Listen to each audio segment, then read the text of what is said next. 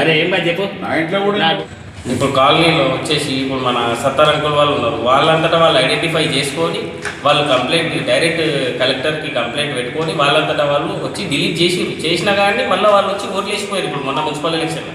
అట్లా దయచేసి ప్రతి ఒక్క ఇంటి మీద ఉన్నాయి మన 29 వార్డ్ కాలనీ పెద్దలకు అందరికీ ఒకటే చెప్తున్నా నేను, మీకు తెలియకుండానే ఈయన పక్కల వాడోళ్ళే అందరికీ తెచ్చి ఇట్లా యాడ్ చేసిండు. ప్రజాపాలనలో మీద ఏమైతే కరెంట్ బిల్ ఇచ్చిండ్రో అవన్నీ తీసుకొని వేరే ఆధార్ కార్డులతో యాడ్ చేసిండ్రు. దయచేసి మీ కాలనీ వాళ్ళు అందరూ గుర్తించుకొని మేము అదే ప్రయత్నంలో ఉన్నాము. కానీ మీ అందరం మీరు స్వచ్ఛందంగా వచ్చి ఇస్తే ఇంకా జర గట్టిగా ఉంటుంది. మా ఇంటి మీద మా ఇవన్నీ ఓట్లే లేవు అని చెప్పి మీరు ఇస్తే ఇంకా బాగుంటుంది. దయచేసి మీకు అందరికీ ఇది ఒక రిక్వెస్ట్ చేస్తున్నాము, దయచేసి మీరు చేయండి. ఎందుకంటే రేపు నాటికి ఇప్పుడు మీకు తెలియకుండానే మీ ఇంటి మీద ఓట్లు పడ్డాయి. ఇప్పుడు మన సీనాన్న చెప్పినట్టు రేపు నాటికి ఇల్లే మాదానే వస్తారు, ఇట్లా కూడా అవుతుంది. దయచేసి కాలనీలో ఒక రిక్వెస్ట్, మీరు స్వచ్ఛందంగా తెలుసుకొని జర ఈ కలెక్టర్కో మున్సిపాలిటీ ఆఫీస్కో లేకపోతే ఎంఆర్ఓ ఈఆర్ఓ ఉన్నాడు, ఇప్పుడు ప్రజెంట్ ఉన్న ఎంఆర్ఓ ఎలక్షన్ రిటర్నింగ్ ఆఫీసర్ వాళ్ళకన్నా ఇవ్వండి, ఇచ్చి డిలీట్ చేయించుకొని. అది మేము ఆల్రెడీ ప్రయత్నం చేస్తున్నాము, మాతో ఏమంటారు చేసే అది ప్రయత్నం అయ్యేది అవుతుంది. మీరు కూడా స్వచ్ఛందంగా వచ్చి ఇస్తే ఇంకా బాగుంటుందని చెప్పి నా యొక్క మనవి 29 ప్రజలకి. ఆడుకు 300 రాస్తే ఎంత అవుతాయి? 36 వాళ్లకు 9,000 చేంజ్ అవుతాయి. దాంతోనే మనోహర్ రెడ్డి 6,000 చిలుకుతో గెలిచిండు. ఇంతే కమిట్మెంట్లు ఇచ్చిండ్రు. అంటే రోహిత్ అన్న కొన్ని చెప్పిండు. ఏం చెప్పిండు అంటే రోహిత్ అన్నకి నేనే చెప్పిన, అంత పెద్ద డాక్ బంగ్లా అవసరం లేదన్న మనకు, దాంట్లో మనం ఏదన్నా చిల్డ్రన్స్కు పెద్ద మనుషులకు కూర్చొనికి పార్క్ లాకన్నా ఏదైనా కమ్యూనిటీ హాల్ అన్నా ఏదైనా ఒకటి చేద్దామా అని చెప్పింది.